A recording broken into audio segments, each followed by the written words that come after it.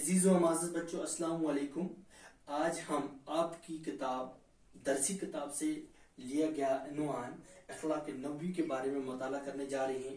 تو حسب دستور سب سے پہلے ہم بلند خوانی سے پیراگراف جو تیسرا ہے یا اس طرح کہیں گے اقتباس نمبر 3 جو ہے، اس کو ہم بلند خوانی سے پڑھیں گے۔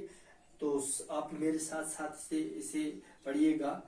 تو بچوں، سب سے پہلے آپ اپنی کتاب جو ہے بہارستانی اردو، اس کا پیج نمبر یعنی صفحہ نمبر 20 کھولیں گے اور دھیان سے توجہ فرمائیں گے۔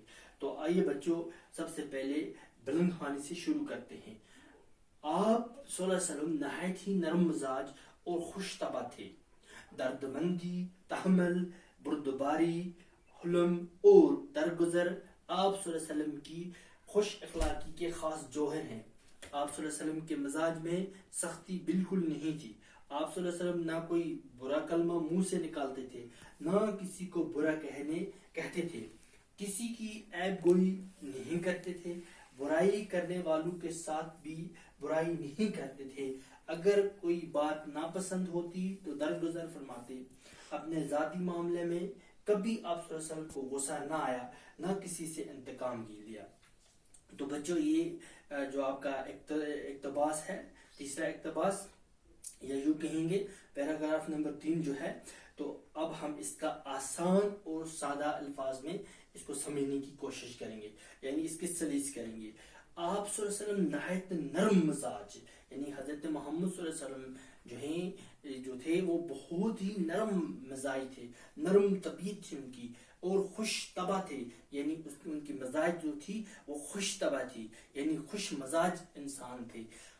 دردمندی، تحمل، بردباری، یعنی دوسروں پہ ترس کرنے والے، تحمل، بردباری، حلم اور درگزر آپ صلی اللہ علیہ وسلم کی خوش اخلاقی کے خاص جوہر ہیں۔ یعنی بردباری، حلم مینس مطلب یہ ہوا کہ برداشت کرنے کا مادہ حضرت محمد صلی اللہ علیہ وسلم میں بہت زیادہ تھا۔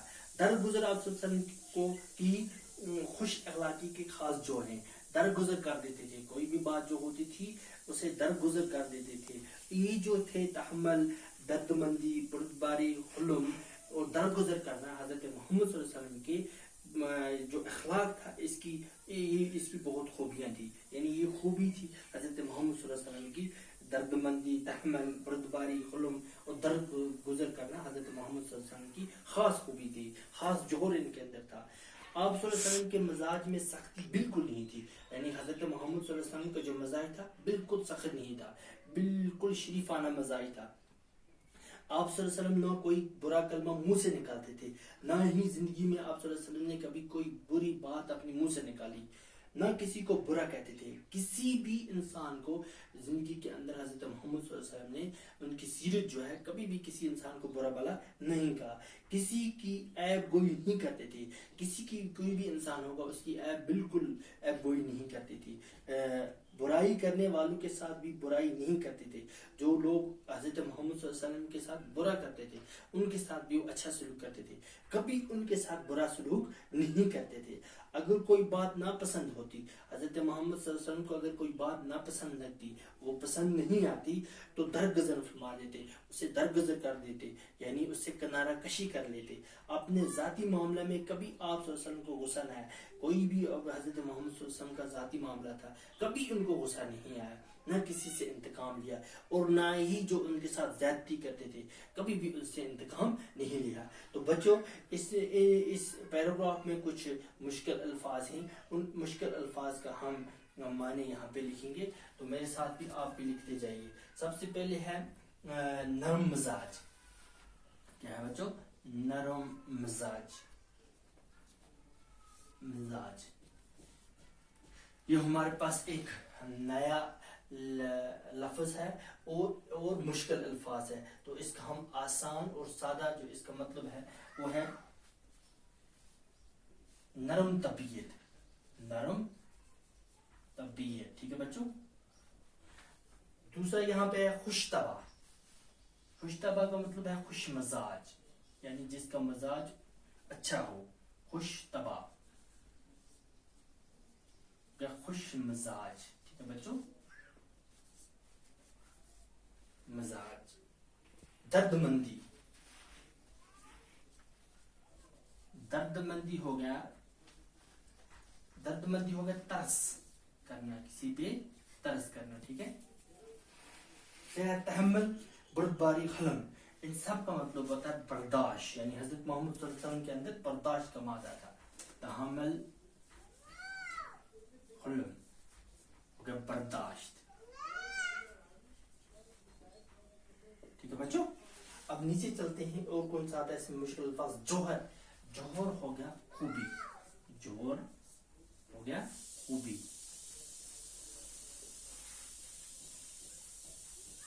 کلمہ ہم اس لفظ کو کہتے ہیں جیسے کلمہ کا مطلب ہوا بات، کوئی بھی بات جب ہم کرتے ہیں، ٹھیک ہے، بات. تو انتقام، اس طرح سے نہ کسی کو برا کہتے تھے، کسی کی عیب گوئی نہیں کرتے تھے، برائی کرنے والوں کے ساتھ بھی برائی نہیں کرتے تھے. اگر کوئی بات ناپسند ہوتی تو درگزر فرمایا. اپنے ذاتی معاملے میں کبھی غصہ نہ آیا، نہ کسی سے انتقام لیا. انتقام کا مطلب ہوتا ہے بدلہ. یعنی زندگی کے اندر کسی سے بھی یہ سمجھ کے کہ میں بدلہ لوں گا کبھی بھی نہیں لیا. حضرت محمد صلی اللہ علیہ وسلم نے کسی زندگی کے اندر کسی سے بھی بدلہ نہیں لیا. تو آگے اب ہم نئے پیرا پہ جاتے ہیں، نئے پیراگراف پہ جاتے ہیں، نئے اقتباس پہ جاتے ہیں. آپ صلی اللہ علیہ وسلم کے عظیم اور اعلی اخلاق کے واقعات کا گلدستہ اتنا خوشنما ہے کہ جہاں سے چاہیے پھول چن لیجئے. یہاں چند واقعات کا ذکر کیا جاتا ہے. یعنی ان سطور میں کیا ہے کہ آپ صلی اللہ علیہ وسلم کی عظیم اور اعلی اخلاق کے واقعات کا گلدستہ اتنا خوشنما ہے. حضرت محمد، گلدستہ ہم کہتے ہیں بچوں سب سے پہلے کہ گلدستہ ہم کہتے ہیں پھولوں کا گچھا. چلو یہاں پہ ہم لکھتے ہیں اس کو پہلے، ٹھیک ہے بچوں. گلدستہ، گلدستہ ہم کہتے ہیں پھولوں کا گچھا، ٹھیک ہے، پھولوں کا گچھا.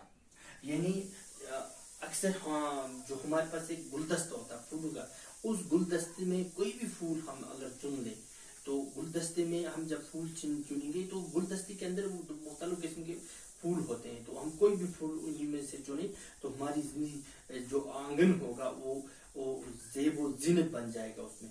یعنی حضرت محمد صلی اللہ علیہ وسلم کی زندگی کے اندر جتنے بھی واقعات ہوئے، ان سب واقعات کی اگر ہم بات کریں تو حضرت محمد صلی اللہ علیہ وسلم کی زندگی ایک گلدستہ ہے. اگر اس گلدستے میں سے اگر ہم اس کی جو واقعات ہیں، وہ جو ان کی یعنی اخلاق جو ہے، اس اخلاق میں سے اگر کوئی بھی بات ہم چن لیں تو ہماری زندگی سنور سکتی ہے.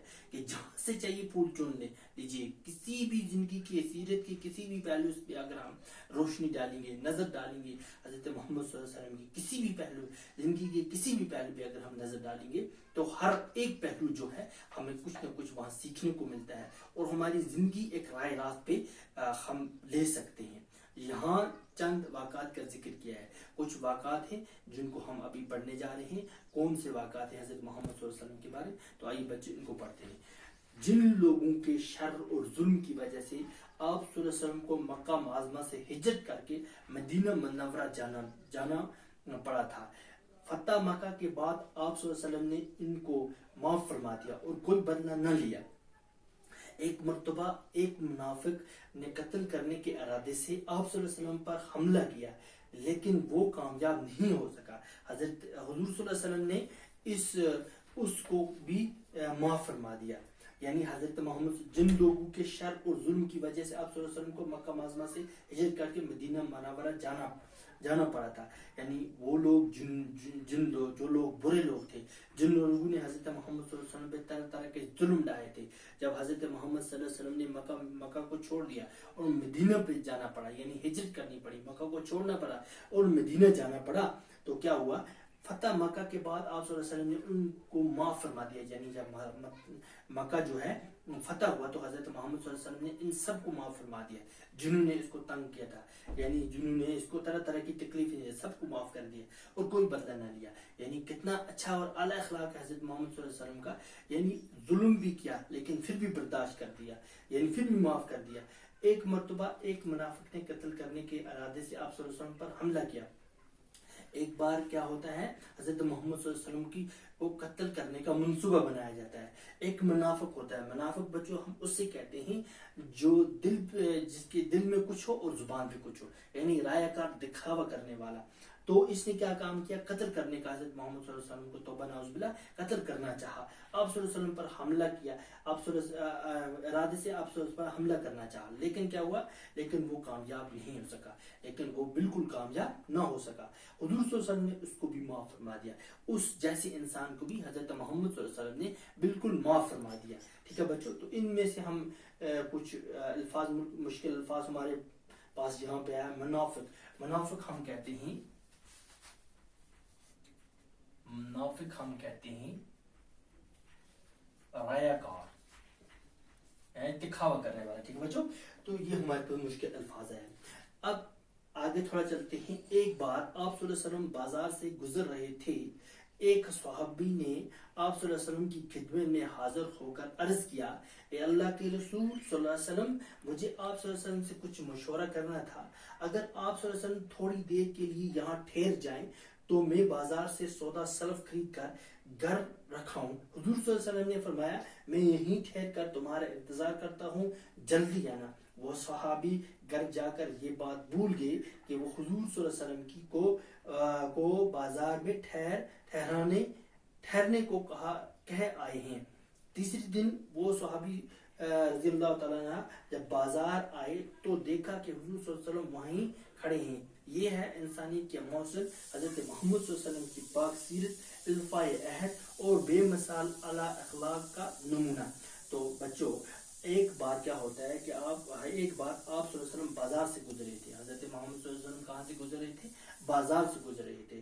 ایک صحابی بچوں ہم اس سے کہتے ہیں جنہوں نے حضرت محمد صلی اللہ علیہ وسلم کو دیکھا ہو, یعنی حضرت محمد صلی اللہ علیہ وسلم کے ساتھی جو انہیں ہم صحابی کہتے ہیں. یعنی آپ صلی اللہ علیہ وسلم کی خدمت میں حاضر ہو کر عرض کیا, آپ صلی اللہ علیہ وسلم کی خدمت میں حاضر ہوئے, آپ صلی اللہ علیہ وسلم کے پاس آئے اور عرض کیا. کیا عرض کیا, کہ اللہ کے رسول صلی اللہ علیہ وسلم, مجھے آپ سے کچھ مشورہ کرنا تھا. حضرت محمد صلی اللہ علیہ وسلم کو کہا کہ اے اللہ کے رسول, مجھے کچھ مشورہ کرنا تھا. کیا مشورہ کرنا تھا, کہ اگر آپ صلی اللہ علیہ وسلم تھوڑی دیر کے لیے یہاں ٹھہر جائیں, کہ اگر آپ صلی اللہ علیہ وسلم یہاں جہاں پہ کھڑے ہیں, جہاں آپ ہیں اس وقت, اگر یہاں پہ آپ ٹھہریں گے تو میں بازار سے سودا سلف خرید کر گھر رکھاؤں. تو بازار جا رہا ہوں, کچھ سودا سلف لانا ہے, گھر کے لیے کچھ سامان لانا ہے, اور اس سامان کو میں گھر میں رکھ کے آؤں گا. حضور صلی اللہ علیہ وسلم نے فرمایا, میں یہیں ٹھہر کر تمہارا انتظار کرتا ہوں, جلدی آنا. حضرت محمد صلی اللہ علیہ وسلم نے کہا, ٹھیک ہے, آپ اپنا سودا سلف گھر میں چھوڑ کر آئیے اور میں تب تک آپ کا یہیں انتظار کرتا ہوں, یہیں رک جاتا ہوں. وہ صحابی گھر جا کر یہ بات بھول گئے. تو وہ صحابی جو تھے وہ گھر جائے, اس سے یہ بات ذہن سے اتر گئی, بھول گئے کہ وہ حضور صلی اللہ علیہ وسلم کو بازار میں ٹھہرنے کو آئے ہیں, کہ حضرت محمد صلی اللہ علیہ وسلم کو وہ رکوا کے آئے ہیں, راستے میں رکوا کے آئے ہیں. تیسرے دن وہ صحابی جب بازار آئے, جب تیسرے دن وہ صحابی واپس بازار آتے ہیں تو دیکھا حضور صلی اللہ علیہ وسلم وہیں کھڑے ہیں. تو کیا دیکھا, کہ حضور صلی اللہ علیہ وسلم جہاں تھے وہیں کھڑے ہیں. یہ ہے انسانی کی محسن حضرت محمد صلی اللہ علیہ وسلم کی پاک سیرت. تو یہ حضرت محمد صلی اللہ علیہ وسلم ایک انسانی محسن جو تھے, یہ ان کی پاک سیرت, یہ ہمارے لیے نمونہ ہے. الفائے عہد, جو وعدہ کیا تھا پورا وعدہ نبھایا, اور بے مثال الاخلاق کا نمونہ. یعنی یہ ہمارے لیے کچھ, یعنی یہ چھوٹی چھوٹی کچھ باتیں ہیں جن حضرت محمد صلی اللہ علیہ وسلم کی سیرت تو بہت اعلیٰ اور بلند ہے. یہ کچھ باتیں جو چنی ہوئی ہیں. اگر حضرت محمد صلی اللہ علیہ وسلم کی زندگی کی پوری جو سیرت ہے, اس میں سے کچھ کو ہم اپنی زندگی کے اندر عملا لیں گے تو ہماری زندگی ایک رائے راست پہ آ سکتی ہے. تو آگے ہم چھٹا پیراگراف ہے, اس کو ہم اگلی کلاس میں پڑھیں گے. تو آج کے لیے بس اتنے ہی.